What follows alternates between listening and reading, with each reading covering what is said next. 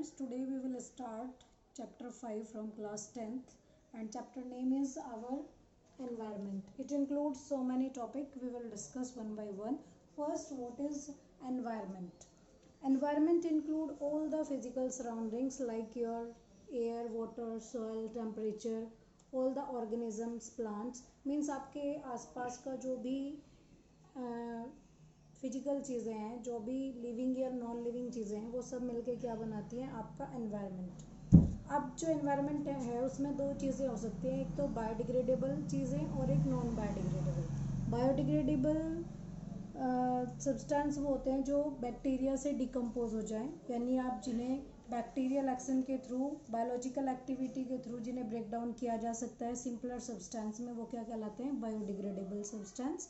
जैसे कि सब्जियों के छिलके, वेजिटेबल्स के छिलके, काऊ डंग वगैरह, all these are biodegradable waste. और ये एनवायरनमेंट को कोई हार्म भी नहीं पहुंचाते हैं because they can be recycled by the bacteria और fungi. Next one is non-biodegradable waste. These are those waste which cannot be decomposed by bacteria into simpler substance and they may cause various type of pollution in environment such as your plastic, polythene bags, glass. All these are the non-biodegradable waste and the most common is your DDT.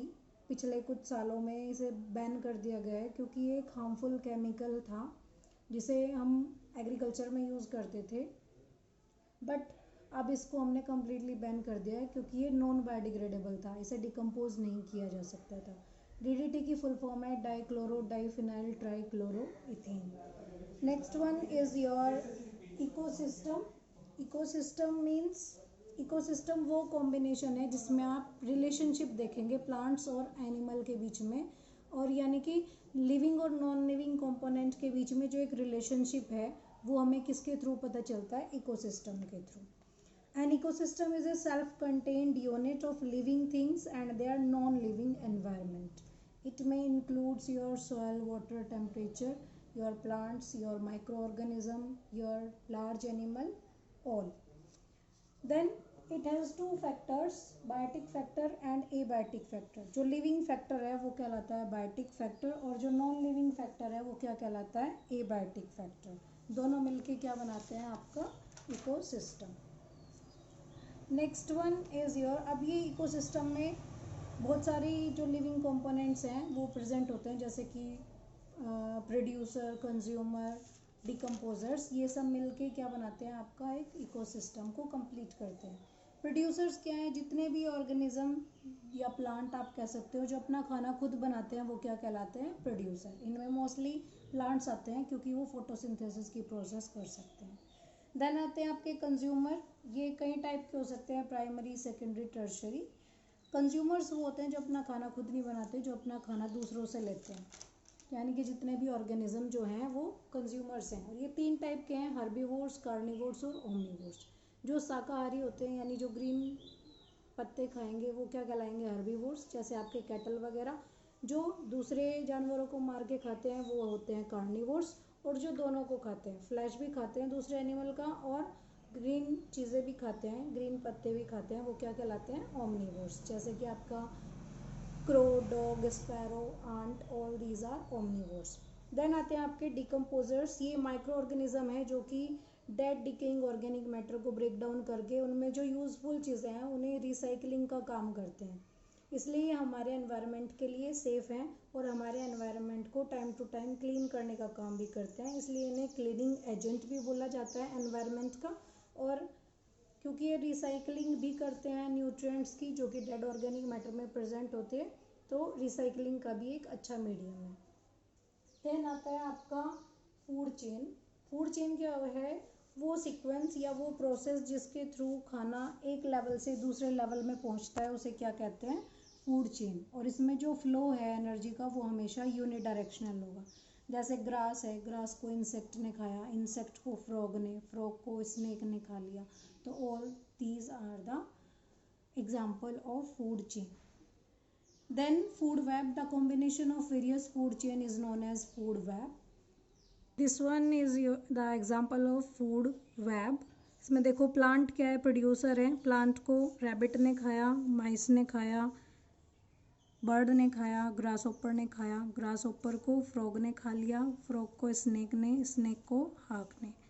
ऐसे ही bird को भी हाक ने खा लिया, माइस को snake ने खाया, स्नेक को हाक ने खा लिया, माइस को डायरेक्ट हाक ने भी खा लिया, रैबिट को हाक ने खा लिया। तो ये एक कॉम्बिनेशन है बहुत सारी फूड चेन का, ये क्या कहलाती है, फूड वेब। टॉपिक लेवल का मतलब होता है कि कैसे खाना फूड चेन में ट्रांसफ़र होता है, क्या स्टेप, यानी फूड चेन के जो स्टेप हैं जिनके थ्रू खाना ट्रांसफ़र होता है वो क्या कहलाता है, ट्रॉपिक लेवल। बहुत सारे ट्रॉपिक लेवल होते हैं इसमें, जैसे सबसे पहले ट्रॉपिक लेवल में क्या आएगा आपका, प्रोड्यूसर ही आएंगे, फिर primary consumer, secondary consumer, tertiary consumer. तो ये एक पिरामिड की फॉर्म में भी हो सकता है। नेक्स्ट वन इज़ योर 10% ला। जो 10% ला है वो बहुत ज़्यादा इंपॉर्टेंट है इसमें। ये लिंडमैन ने दिया था 1942 में, और इसने कहा था कि सिर्फ 10% एनर्जी ही एक ट्रॉपिक लेवल से दूसरे ट्रॉपिक लेवल में ट्रांसफ़र होती है।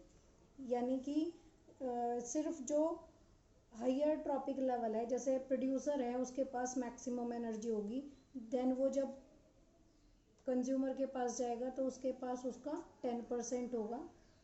देन अगले ट्रॉपिक लेवल पे जब वो जाएगा तो फिर कितनी होगी, उसमें से 10% कम हो जाएगी। तो इस तरीके से जो एनर्जी है वो हर एक लेवल पे, यानी कि अगले स्टेप के लिए सिर्फ 10% एनर्जी ही अवेलेबल होती है।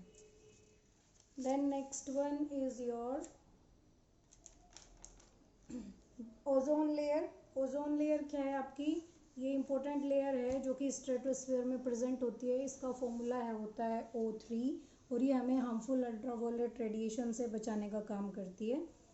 जो मेन कोज है डिप्लीशन का ओजोन लेयर का, वो है due to CFC, chlorofluorocarbon, and various chemical which we use in refrigerator and aerosol spray और air conditioners etcetera. It may cause skin cancer like harmful disease in human being. Next one is the garbage management. अब garbage क्या है, जितना भी house hold material का जो भी unwanted substance है वो क्या कहलाता है, garbage. Household waste is called garbage.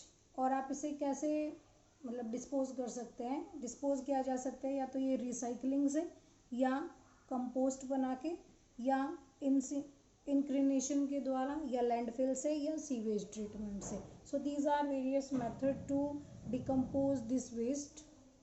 In recycling process, we can recycle the solid waste like paper, plastic, metals, etc. by sending these waste to the paper mills where it is reprocessed and reformed into new shape. Then in preparation of compost, we take these waste, biodegradable waste, and put it in the soil and cover it. Bacterial action, it decompose or convert into manure which is used to increase the fertility of soil. Next one is your incineration. It means reducing to ash, यानी waste को ऐश में convert करना, राख में convert करना, क्या कहलाता है, इंसिनरेशन. इसमें हम हाई टेम्परेचर पे जो वेस्ट है उसे बर्न करते हैं और वो किस में, ऐश में कन्वर्ट हो जाता है, फिर उस ऐश को जो है हम डिस्पोज कर देते हैं. नेक्स्ट मेथड है आपका लैंडफिल. लैंडफिल में क्या होगा कि जो भी वेस्ट है उसे हम एक एरिया में, एक लैंड को कन्फाइंड कर लेंगे और उस लैंड में उस वेस्ट को रखा जाएगा ताकि वो वहाँ बैक्टीरियल एक्शन के थ्रू अगर डिकम्पोज होता है तो डिकम्पोज हो सके, नहीं तो फिर उसे वहाँ पे एक अर्थ से ही, यानी कि मिट्टी से ही उसे कवर कर देते हैं, तो वो क्या कहलाता है, landfill. So this one is all about this chapter. And this one is the last topic, management of waste. We have discussed all these chapter one by one. Thank you.